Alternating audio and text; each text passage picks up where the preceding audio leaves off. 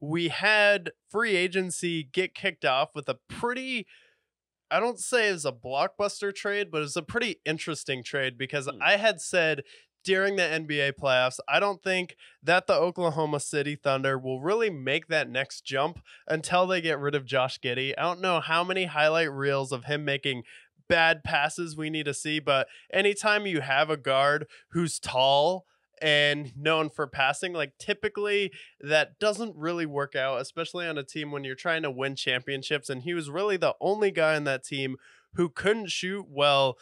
We sent Oklahoma City the documents like, hey, you won't take the next step until Josh Giddey gets removed.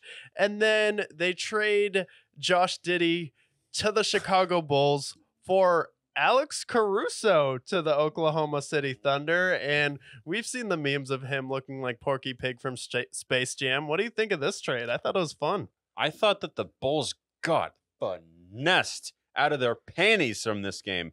I saw Alex Caruso, and I honestly kind of forget most players that are on the Bulls at this point because of how mediocre they've been.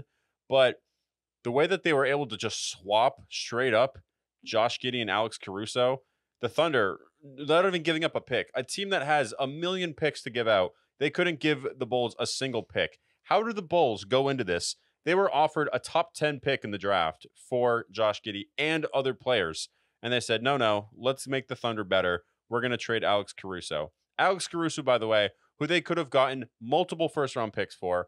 They could have at least gotten compensation outside of just Josh Giddey at this point. So, I mean, my first initial reaction was a straight-up swap of these two players when Alex Caruso is obviously better.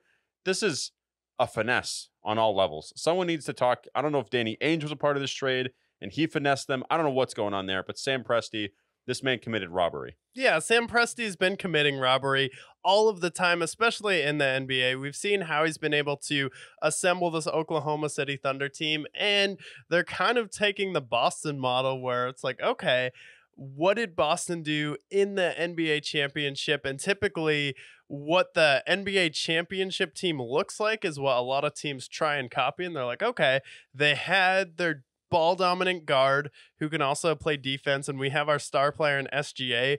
But outside of that, we have our big man who can shoot already. Josh Giddey, you don't really fit in our big picture because, again, probably the worst shooter on that team. Didn't make a three until the second round, I believe. And just like we don't need Josh Giddey taking touches away from Jalen Williams, and we don't need him taking touches away from SGA. What we need is someone like Alex Caruso who can pass, but he's not going to take touches away. But his focus is hitting threes and playing defense, along with Lou Dort now, the other Jalen Williams on the team, and now Chet is going to be a year better next year, and you add another 3-and-D player and the offseason's just getting started. I think the Oklahoma City Thunder started off the offseason like, all right, everyone in the West better wake up because you're talking about the Lakers next year? Really?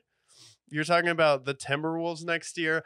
I honestly think the Thunder and the Mavericks were probably the Western Conference Championship, especially with how the Thunder were able to push them 6 games, and it took a miracle Kyrie shot for them to lose that series. It almost went 7 games, so I think the Thunder are going to be better than the Timberwolves next year, just with Chet getting a year better, with SGA just having another year under his belt, with Jalen Williams getting better, and this is still, I don't know, the youngest team ever to be a number 1 seed, and now you're adding a champion on that roster, someone with real playoff experience, someone in that locker room who can speak up. So, and now you already have that playoff experience, so it's all going to start together.